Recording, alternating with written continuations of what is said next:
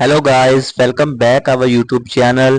तो last time हमने पढ़ा था कि ऑपरेटर्स क्या होते हैं। ऑपरेटर्स तो हमने पढ़ लिए, तो आज हम पढ़ेंगे कि इफ स्टेटमेंट क्या होती है, एलिफ स्टेटमेंट क्या होती है और एल स्टेटमेंट क्या होती है।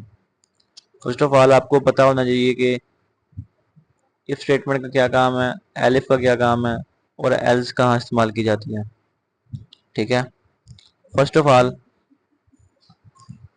an if statement execute a block of code only when the specified condition is met। यानी कि अगर हमने एक कोड एग्जीक्यूट किया है इफ कंडीशन में, तो उसके बाद अगर कंडीशन ट्रू होगी तो वो हमारी कंडीशन चलती जाएगी, यानी कि लाइन बाय लाइन चलती जाएगी। अगर हमारा कंडीशन इफ स्टेटमेंट फॉल्स होगी तो वो इफ को स्किप कर देगी, एलिफ की तरफ चली जाएगी। अगर एलिफ भी कंडीशन के लिहाज से फॉल्स आया तो वो एल्स में चला जाएगा, यानी कि जो इफ में ना हो, एलिफ में ना हो, वो एल्स में आंसर आएगा आएगा। ठीक है। जैसे कि इधर लिखा हुआ है, if condition evaluated to true the body the body of the statement is executed. कहता है कि अगर हमारे पास जो कंडीशन है वो ट्रू होगी तो इफ स्टेटमेंट के अंदर जो प्रोग्राम होगा वो हमारा एग्जीक्यूट होगा। Then if condition is evaluate false, यानी कि अगर कंडीशन गलत होगी, the body of the if statement will be skip from the execution, यानी कि वो उसे स्किप कर देगा, इफ स्टेटमेंट को ना वो स्किप कर देगा, देन वो एलिफ में आ जाएगा। इसी तरह से हमारे पास एक प्रोग्राम है, हम अपना प्रोग्राम एग्जीक्यूट करते हैं जिसमें हम वेरिएबल्स देते हैं या हम यूजर से भी इनपुट ले सकते हैं। एक हम यूजर से इनपुट लेते हैं और एक हम ऐसे करते हैं, a इज इक्वल टू, ये हम वेरिएबल्स और उसकी वैल्यूज दे रहे हैं 12। देन एंटर करेंगे b is equal to 13। Then हम कंडीशन लगा के चेक करेंगे, इफ हमने कंडीशंस को देखना है कि कंडीशन हमने क्या सही कंडीशंस लगाई हैं। अगर हमने सही कंडीशन लगाई होगी, वैल्यूज उसके एक्यूरेट होगी तो हमें ट्रू देगा। अगर हम कहते हैं कि if A greater than B, then जब आपने ये कंडीशंस दे दी तो आपने एंड में कॉलन का इस्तेमाल करना है। ठीक है। देन एंटर करेंगे, देन प्रिंट क्या करना है, और आपने इसको कोटेशंस के अंदर लिखना है जो आपने प्रिंट करवाना है, क्योंकि आप कंडीशंस दे रहे हैं ना। अब वो कहते हैं ए, हमने साइन तो लगाया if A greater than B, यानी कि अगर ए बड़ा है बी से। ठीक है। तो हम कहेंगे अगर ए बड़ा है बी से तो फिर हम इसे कोई भी आउटपुट प्रिंट दे सकते हैं।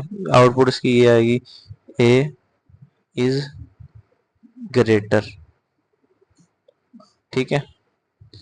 तो देन हमने उसे कह दिया कि ए इज ग्रेटर है अगर कंडीशन ट्रू होती है तो, अदरवाइज ये फॉल्स। एंटर करेंगे। अब हम इधर लिखेंगे एलिफ, इसको बैक पे लेके आएंगे, एलिफ लिखेंगे। अब हम इसे कहते हैं कि ए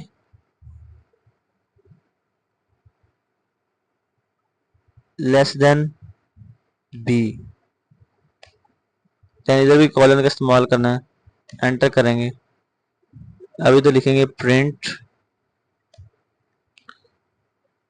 कोटेशन। अब कहेंगे हमने इधर अब दी है, स्टेटमेंट दी है कि ए लेस देन बी, यानी कि ए छोटा है बी से, तो हम इधर कह देते हैं कि प्रिंट करें हम बी को,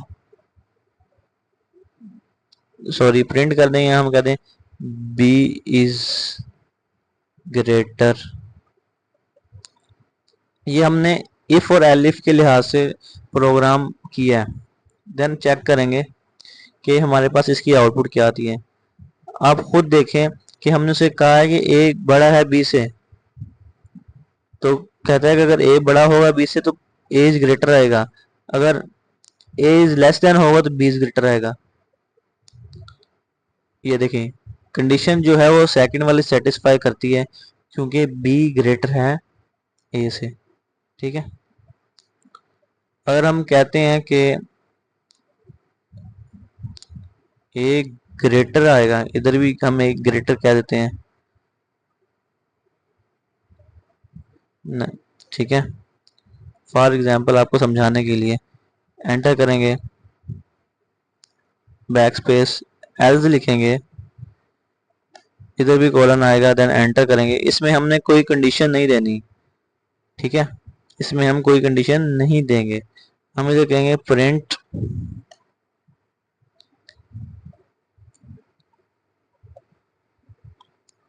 B is greater than A. Then हम अपना प्रोग्राम एग्जीक्यूट करेंगे और चेक करेंगे कि हमारी वाकई जो है स्टेट जो हमने उसे प्रिंट में जो स्टेटमेंट दी है वो ट्रू है। ये देखें b is greater than A, else में जा चला जाएगा क्योंकि फर्स्ट भी रॉन्ग है, सेकंड भी रॉन्ग है और थर्ड भी रॉन्ग है। ठीक है, ऐसे सिंपली मैं आपको एक छोटे छोटे प्रोग्राम करके दिखाऊंगा।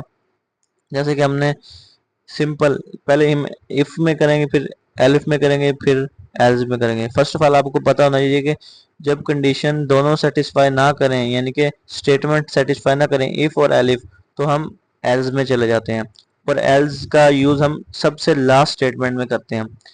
हमने इसी तरह से एक प्रोग्राम लिया ए, वो इक्वल है हमारे पास 5 के, देन हमने प्रोग्राम लिया वो इक्वल है, यानी कि कोई भी वैल्यू दे सकते हैं 4 के, एंटर करेंगे, प्रिंट मैं आपको यानी कि पहले इफ में करके दिखाऊंगा, फिर एलिफ में, फिर एल्स में, फिर हम दोबारा से करेंगे उसे इकट्ठा, फिर हम यूजर से इनपुट लेंगे। हम इधर अब प्रिंट करवाते हैं, हम कहते हैं कि सॉरी, इधर हम लिखेंगे इफ, इफ स्टेटमेंट लगाना, हम कहेंगे अगर if A greater than B है, इधर कोलन लगाएंगे एंड में, तो हम कहते हैं प्रिंट करें, इसको कोटेशन में लिखेंगे, सिंगल में भी लिख सकते हैं डबल में, हम कहेंगे ए इज ग्रेटर। ठीक है, ये हमारे पास प्रोग्राम एग्जीक्यूट होगा क्योंकि जो वैल्यूज हैं और जो कंडीशंस हमने दी हैं वो एक्यूरेट हैं और बस एग्जीक्यूट करेगा प्रोग्राम को। और आपको एक और बात बताऊं, ये देखें, ये देखें प्रोग्राम को एग्जीक्यूट कर लिया ना, अब हमने सिंपल 1 में किया ना, अब हम करेंगे सेकंड में, यानी कि ए इज इक्वल, हमने एक वैल्यू ली है 10 है, एंटर किया, न्यू लाइन पे आए हैं, इक्वल है हमारे पास, दूसरी वैल्यू हमारे पास है 5 है, सॉरी हम कुछ भी लेते हैं, वैल्यू 15 है। अब हम कहते हैं कि हमारे पास एक इफ स्टेटमेंट है जिसमें ए जो है वो ग्रेटर है बी से, कॉलन लगाएंगे एंड में, अब इधर लिखेंगे प्रिंट कोटेशंस, अब लिखते हैं, हम लिखेंगे A is greater, A is greater, लेकिन ये है नहीं ग्रेटर, लेकिन आपको फिर भी समझाने के लिए मैंने ऊपर सिंपल किया, सिर्फ इफ में किया, अब हम इफ और एलिफ में करेंगे, देन हम एल्स में कर देंगे उसको साथ, एंटर करेंगे न्यू लाइन पाने के लिए। आपको एक और बात बताऊं, इफ को एलिफ के नीचे ही लिखेंगे, ना के प्रिंट के नीचे लिखेंगे, देन हम इधर लिखेंगे एलिफ, एलिफ हमने लिख दिया है, अब हम कहते हैं एलिफ, अब हम कहते हैं कि जो ए है वो लेस देन है बी से, लेस देन है बी से, इसके एंड में कॉलन लगाएंगे, अगर आप कॉलन नहीं लगाएंगे तो आपका प्रोग्राम एग्जीक्यूट नहीं करेगा, आपको कोई ना कोई एरर देगा, एंटर करेंगे। ठीक है, अब हम इधर लिखेंगे प्रिंट इसको कोटेशन में लिखेंगे। अब हम क्या लिखेंगे, इसे हमने क्या कहा कि a लेस देन b, यानी कि a छोटा है b से। ठीक है, छोटा है ना b से, तो अब हम इधर क्या दे देंगे कि हमारे पास b है, b इज ग्रेटर। देन हमारे पास जो प्रोग्राम एग्जीक्यूट होगा वो सेकंड वाला होगा। सेकंड मीन्स के एलिफ वाला हमारे पास प्रोग्राम एग्जीक्यूट होगा, इफ वाला एग्जीक्यूट नहीं होगा। ये देखें।